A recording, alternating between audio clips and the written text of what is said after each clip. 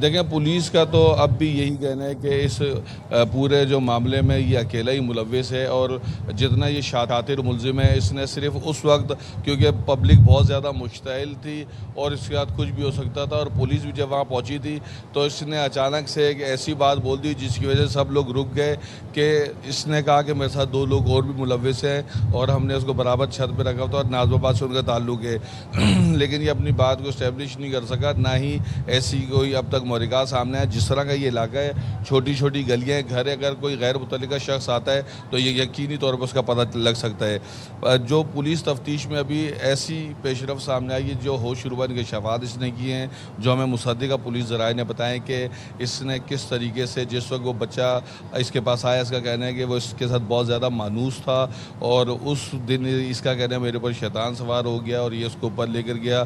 اس نے پہلے اپنے کمرے کی گنڈی لگائی اور اس کے بعد اس سے جب بدفعلی کرنے کی کوشش کی تو بچہ بہت زور سے چلانے لگا اور شور مچانے لگا، تو اس نے اس کی گردن پر ہاتھ رکھا اور اتنی زور سے دبایا کہ کچھ دیر بعد اس کی آواز بند ہو گئی، تو اس سمجھا کہ وہ بے ہوش ہو گیا ہے۔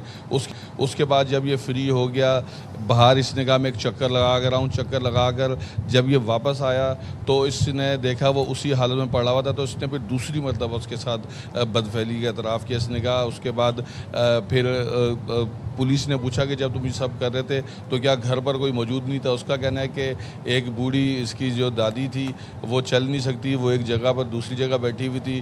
اسی طرح جو اس کی چچی تھی وہ ان کی بیٹی کی طبیعت خراب تھی تو وہ اسپتال اس کو لے کر گئی ہوئی تھی۔ تو اس نے یہ جو پورا ایک یہ سین کریٹ کر کے بتایا ہے، لیکن سب سے افسوسناک معاملہ اس کے اندر یہ ہے کہ کس طریقے سے اس نے پہلی مرتبہ زندہ، دوسری مرتبہ مردہ کے ساتھ جو اس نے ایک ایسا گھنونا عمل کیا جو سب کے سر شرم سے جھک جائیں۔ پولیس کی جانب سے اسے جو ابتدائی طور پر تفتیش کا عمل ہے وہ تو جاری ہے، لیکن اب سے کچھ دیر بعد اس کو عدالت پیش کیا جائے گا، اس کا باقاعدہ ریمانڈ حاصل کیا جائے گا۔ جو اس نے کہا تھا اس کے ساتھ اور لوگ بھی موجود ہیں تو مزید اس کے اوپر بھی کام تو کیا جا رہا ہے، لیکن پولیس کا اندازہ یہی کہ اس کے اندر یہ اکیلا ہی ملوث ہے، اس کے ساتھ اور کوئی ساتھی موجود نہیں تھے۔ کیمرہ مین دکھا سکے یہاں پر اس وقت بھی بڑی تعداد میں خواتین، اس کی بچہ، اس کے والد اور یہ تمام یہاں پر موجود ہیں، اور یہ میں آپ کو تھوڑا کرائم سین دکھا سکوں کہ یہ کیمرہ مین دکھائے، یہ سامنے اس کھڑکی سے اس نے بوری کے اندر جو ایک کپڑے پہلے شاپر میں اور پھر ایک بوری میں لپیٹ کر اس نے جب پھینکا تھا تو سامنے جہاں پر آپ کو وہ بلو ٹینٹ نظر آ رہا ہے وہاں پر آ کر یہ بوری گری تھی۔ اور اس وقت اس بچے کے والد ہمارے ساتھ موجود ہیں، ہم ان سے بھی جانیں گے پولیس کی جو تفتیش اس وقت چل رہی ہے اس سے آپ کتنے مطمئن ہیں؟ آپ کو بھی لگتا ہے کہ اکیلا تھا اس کے ساتھ اور 2 جو کہہ رہے ہیں وہ ملوث ہوں گے؟ آپ کا مطالبہ کیا ہے؟ ملوث ہیں، وہ بھی ہے، اس کے باپ نے، اس کے چاچا نے اور اس نے مل کے پھینکا ہے۔ ان کو سر عام دیکھا ہے، اس نے پھینکا ہے نا، آواز آئی ہے، یہ دروازے کے پاس ہی تھا۔ لڑکوں نے اوپر دیکھا یہ تینوں اندر گھس گئے۔ پھر جب یہ تینوں یہاں سب پورے محلے والے اوپر گئے اور اس کی ماں آواز دے رہی ہے پھٹافٹ نیچے آ جاؤ، کہ ماں نے بولا پھٹافٹ نیچے آ جاؤ، وہ بھی سنی آواز کھائیے، وہ آن کے اتنی کس کے لگا، یہاں سے لے کے باہر تک آواز آئی ہے، فوراً کارروائی۔ ابھی تو اس سمے اس کی پوری فیملی حراست میں گرفتار ہے۔ اچھا، یہ بچے کی والدہ بھی یہاں پر آئی ہیں، ہم ان کو بھی جانیں گے۔ ابھی اس کی پوری فیملی حراست میں، یہ خود گرفتار ہے، اور ابھی آپ کا کیا مطالبہ ہے؟ میرا یہی مطالبہ ہے کہ جیسے میرے بچے کے ساتھ اس نے کیا نا، تشدد کر کے وہ یہاں سے پھینکا ہے، اب اس کو آپ لوگ میرے حوالے نہیں کر رہے نا، بس 3 گھنٹے کے لیے یہاں لاؤ، جیسے میرے بچے کے ساتھ اس نے کیا ہے۔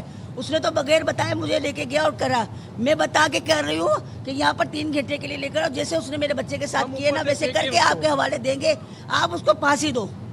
میرے بچہ جیسے گیا اس نے بتا دیا مجھے رات کو خواب میں 3 دن تک نہیں سوئی تھی، 3 گھنٹوں میں میرے بچے نے مجھے سب کچھ بتا دیا۔ اب مجھے سکون نہیں، میرے قبرستان میں جب والد کا بازو بننا تھا۔ آپ رکشہ چلاتے ہیں؟ جی، میری 4 بیٹیاں 1 بیٹا تھا۔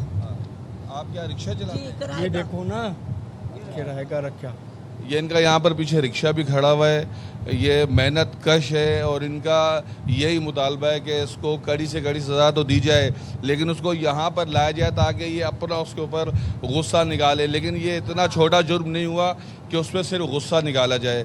اس کے اوپر پروسیکیوشن تمام چیزیں جو یہاں کرائم سین سے ایویڈنس جمع کیے گئے ہیں, اس کے گھر کے اندر اسٹینز موجود ہیں, خون کے جو بلڈ سیمپلز ہیں وہ اوپر موجود ہیں, ابھی بھی وہاں پر بدبو ہے, اور پولیس کی جانب سے اس کو یہاں پر تالا لگایا گیا ہے. اس تیسری منزل سے اس معصوم کو کس طریقے سے پھینکا گیا, بہیمانہ طریقے سے اس پر تشدد بھی کیا گیا.